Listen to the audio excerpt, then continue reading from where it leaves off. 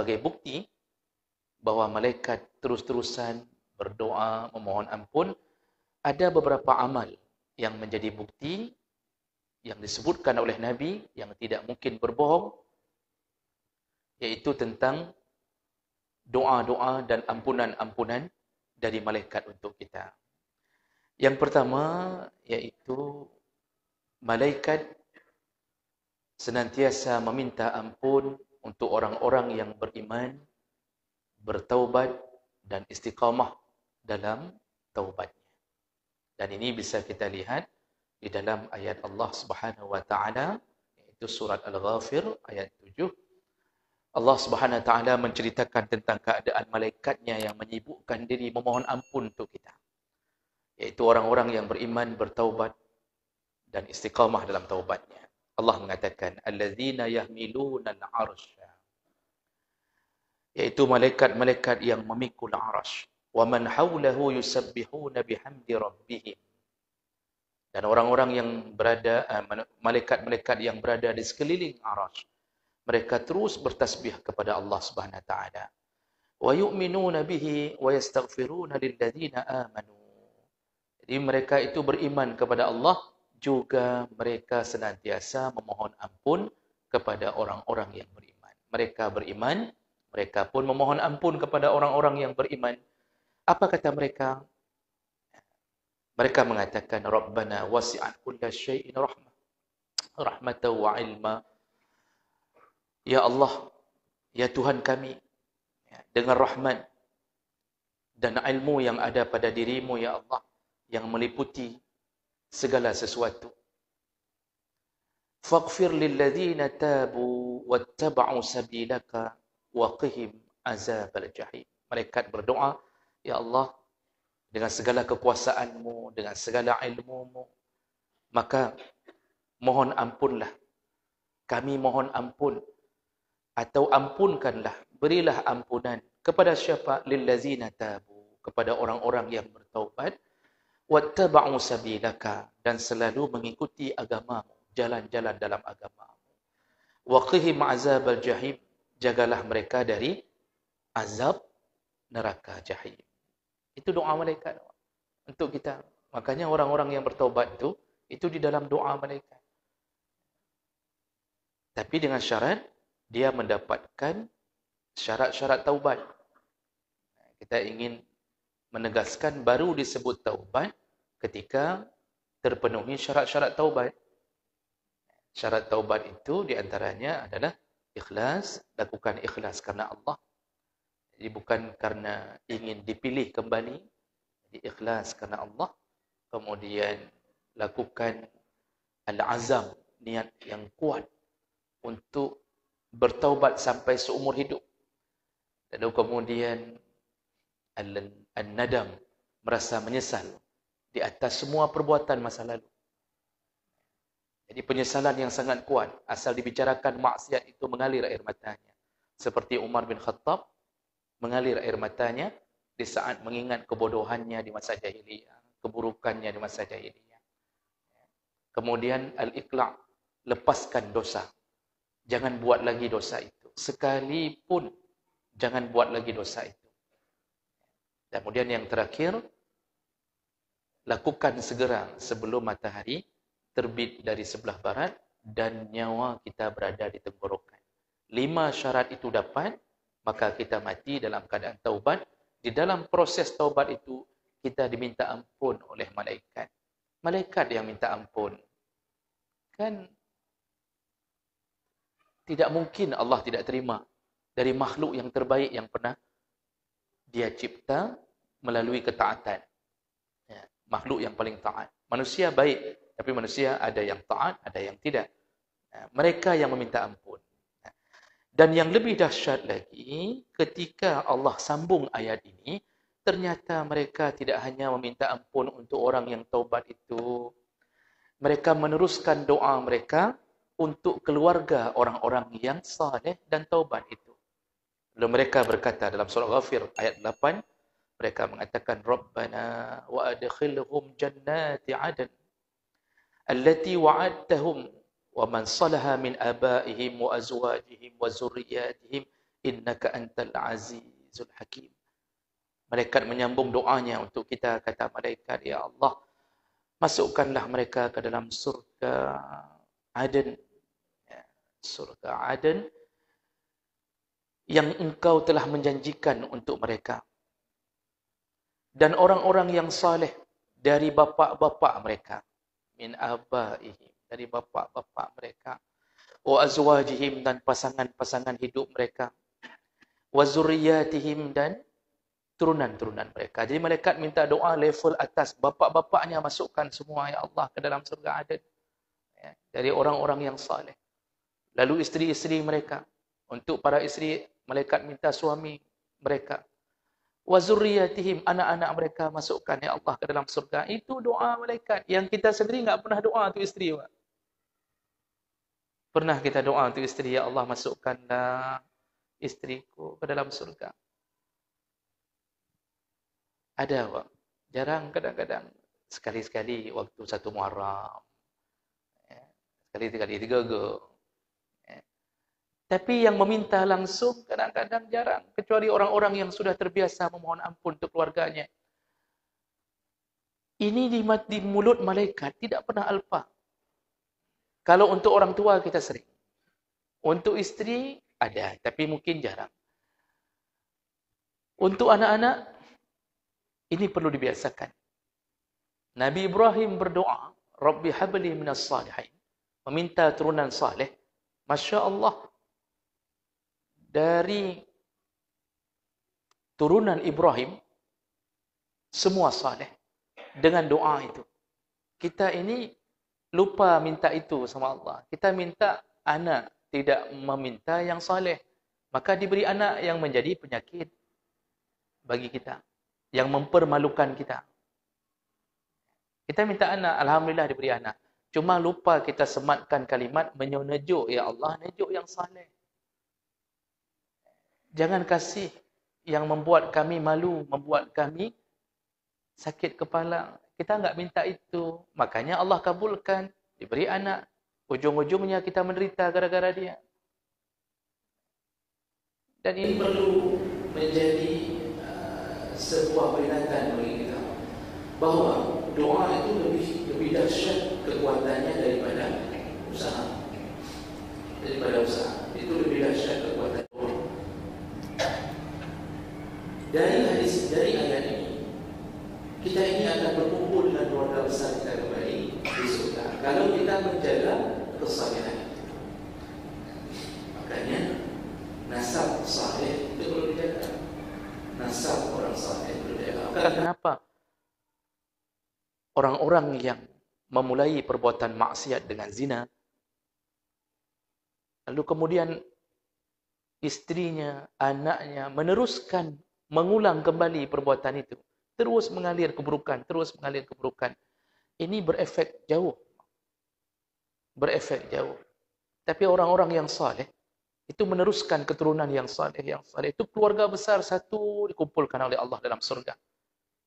Begitu bahagianya ketika kita kembali bersama keluarga kita. Wa yanqalibu ila ahlihi masrura. Bisa bayangkan kegembiraan di saat Allah menyatukan kita kembali dalam surga, disatukan kembali dengan istri, dengan anak. Kan itu harapan kita. Maka disuruh ku anfusakum wa ahlikum nar. Jagalah dirimu sekaligus keluargamu dari api neraka. Jadi jangan biarkan anak bermaksiat.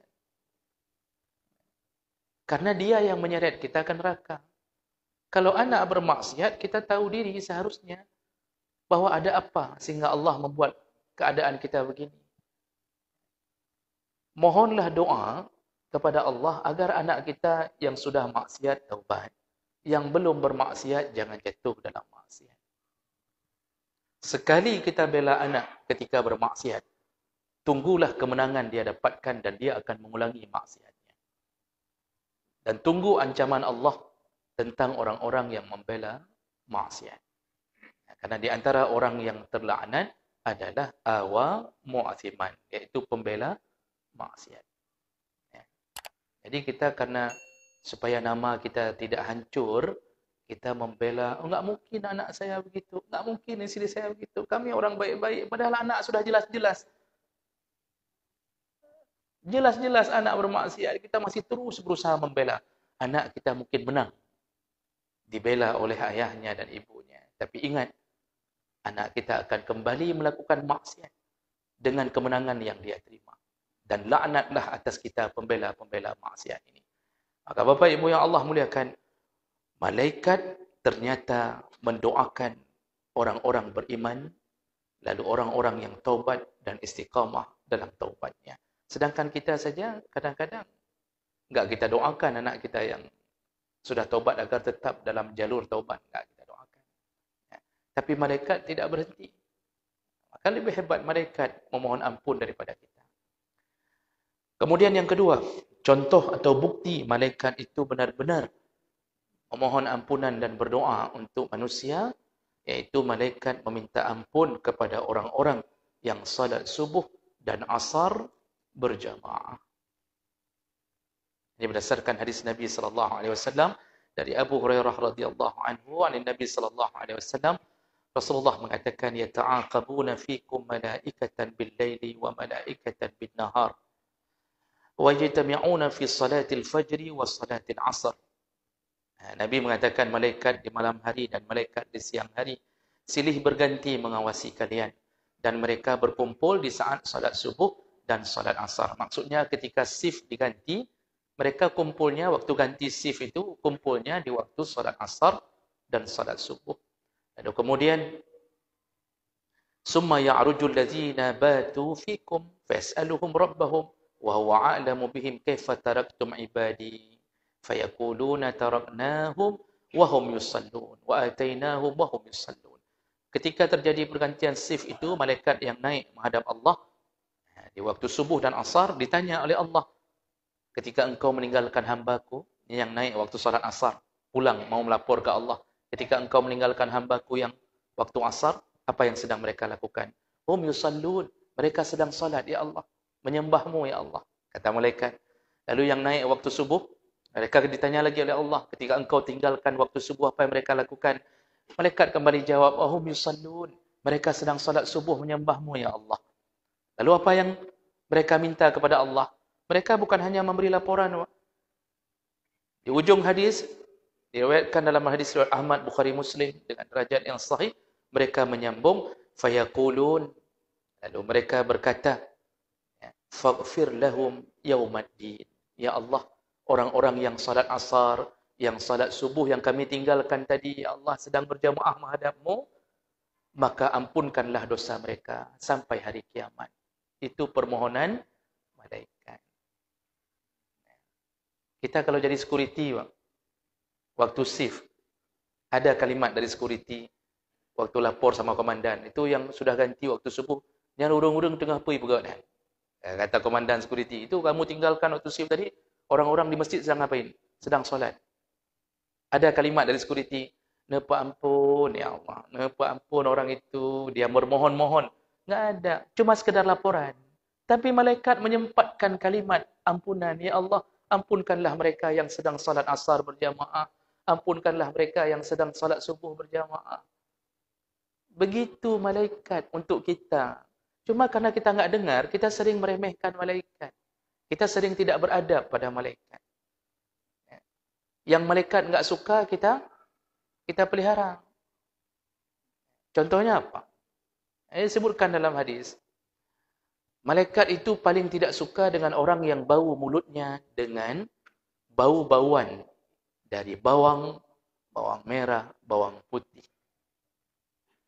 Kalau dalam hadis sebutkan bahawa kalau seseorang memakan al-basal, was-sum, wal-kurras, itu menyakiti orang di sampingnya, sekaligus ia ta'azza bihil malaikah. Malaikat pun tersakiti dengan bau mulutnya orang-orang yang datang ke tempat salat dalam keadaan mulutnya berbau. Nah, diberi contoh bawang merah, bawang putih, karena dari dulu itu orang Arab itu suka makan bawang mentah.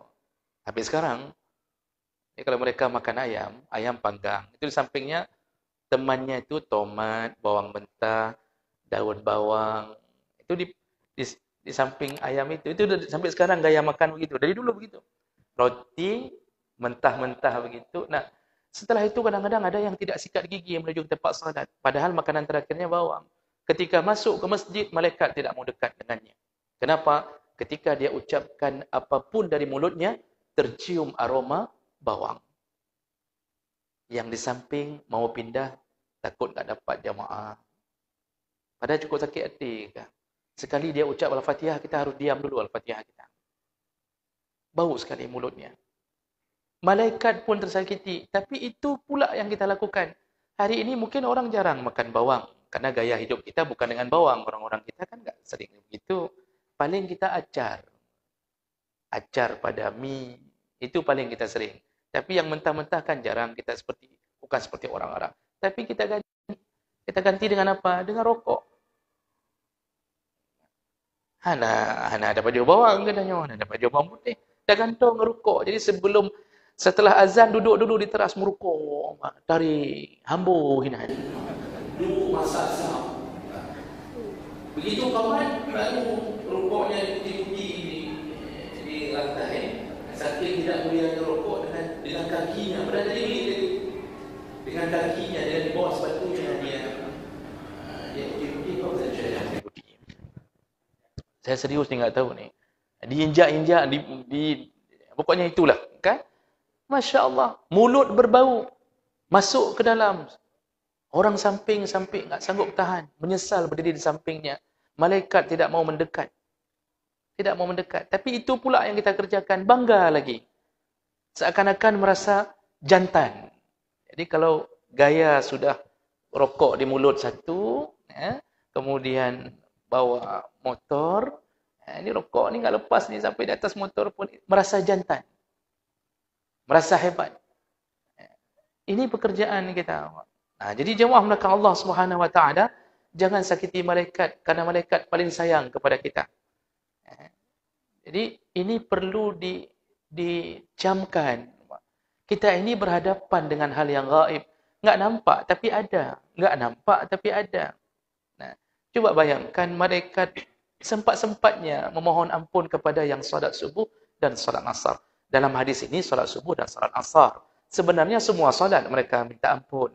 Kenapa difokuskan salat asar dan salat subuh? Karena dua salat ini salat yang termasuk paling susah didirikan secara berjamaah. Subuh orang susah berjamaah karena tenggelam dalam kedinginan malam. Apalagi hujan ni, Pak. Hujan dari tadi kan. Itu banyak besok yang tak subuh ni. Rupi dah mangat sekali begitu, Pak. Sedangkan asar, orang tenggelam dalam kelelahan dunianya. Kerja capek, malas. Pulang dari kantor ajalah nanti sekaligus jam-jam 5:30 solat di rumah. Enggak mau berjamaah orang. Karena tanggung. Kalau jamaah jam 4, keluar kantor 4:30, tanggung. Dia jam tanggung. Apa cuti? Kita keluar kantor, tersolat aja sendiri. Susah kali mendirikan dua solat ini. Makanya Rasulullah mengatakan apa? Man salla al-bardain, barang siapa yang salat dua waktu yang dingin, dakhala al-jannah. Orang yang memelihara salat subuh dan salat asar, bardain, dua salat dingin. Dinginnya subuh karena memang waktu dinginnya malam, dinginnya asar karena matahari mulai turun. Yang memelihara dua salat yang dingin, dakhala al-jannah. Maka masuklah surga. Maka malaikat memohon-mohon agar orang itu diampunkan Allah Subhanahu wa taala. Bapak Ibu yang Allah muliakan, yang terakhir yaitu sebagai bukti. Banyak nih, Pak. Banyak bukti malaikat memohon-mohon ampun. Yang terakhir saja untuk malam ini, malaikat memohon ampun untuk orang yang duduk di masjid dalam keadaan suci sambil menunggu salat. Ini kita, Pak. Ini bapak-bapak ni semuanya ni. Ini duduk kenapa? Menunggu salat Isya kan? Sebenarnya intinya kan tanggung pulang ke rumah. Kita ikut pengajian aja lah. Walaupun pengajian mungkin jadi nomor 2. Tapi yang intinya, mau salat Isya lagi. Kalau sudah pulang, takut nggak balik. Keinginan itu, yang menahan dirinya nggak keluar dari masjid karena tanggung, 45 menit lagi, sudah masuk salat Isya. Akhirnya dia ikut pengajian. Apa kata Nabi SAW? Dari hadis Abi Hurairah radhiyallahu anhu, hadis riwayat Muslim. Ma qa'ada ahadukum yantadhiru as-salah fi salatin ma lam malam yuhdis, tad'u lahu al-malaikah, Allahumma ighfir lahu, Allahumma arhamhu. Rasulullah mengatakan orang-orang yang duduk menunggu salat di masjid dan dia tidak batal, tidak berhadas. Dia tidak berhadas. Duduk dari maghrib sampai isya dalam keadaan tidak berhadas. Maka malaikat mendoakannya dengan mengatakan, Allahumma ighfir lahu, ya Allah ampunkanlah orang ini. Allahumma arhamhu, ya Allah sayangilah orang ini. Makanya kita ini di dalam doa malaikat, semua kita dapat doa malaikat. Semua. Ini kita sedang didoakan ni. Ini malaikat tahu ni sedang doakan dan kita sedang membicarakan masalah ini. Malaikat tahu. Ini kelebihan orang yang menunggu dari waktu salat ke waktu salat. Tentu waktu salat yang dimaksud yang bisa ditunggu. Jangan tunggu dari subuh sampai zuhur. Isteri capek tunggu di rumah. Dia tunggu, enggak ada yang hantar anak ke sekolah. Enggak ada yang buka pintu toko. Enggak ada ini, enggak ada itu, enggak ada yang beli beras, enggak ada macam-macam. Kita di masjid. Pulang-pulang isteri yang mau pep-pep, kita katakan, oh, pray. Qala Rasulullah sallallahu alaihi wasallam. Ada seminggu kayak gitu isteri minta cerai. Anjir kebut kala Rasulullah. Jadi jangan salah-salah faham. Yang mungkin ditunggu. Maksud menunggu dari subuh sampai zuhur jangan. Tapi maksud menunggu, dia segera datang sebelum zuhur bagi yang sudah pensiun. Kan? Yang diberi izin jam-jam 12. Itu sudah nunggu waktu solat tu. Itu kan gaya Nabi dan para sahabat. Tunggulah waktu solat. Dalam keadaan suci. Jadi jangan tunggu sambil merokok di luar. Wuduk dulu, tunggu di dalam. Ini adalah i'tikaf. Itu selama menunggu itu, setengah jam sebelum zuhur, ditunggunya. Walaupun buka HP sekali-sekali, melihat tentang bagaimana perkembangan Baradai dan Baradaji. Buka, lihat lagi jam, oh masih 5 menit lagi, lihat lagi. Kan begitu. Itu biasa. Tapi intinya, tunggulah sambil i'tikaf. Didoakan oleh malaikat. Disayangi oleh Allah. Ini Pak. Makanya, berjuanglah untuk bisa terus mendapatkan doa malaikat. Kita sambung bukti-bukti ini dengan hadis-hadis di pertemuan yang akan datang. Subhanakallahumma bihamdik. Asyhadu an la ilaha illa anta. Astaghfiruka wa atubu ilaih. Wassalamualaikum warahmatullahi wabarakatuh.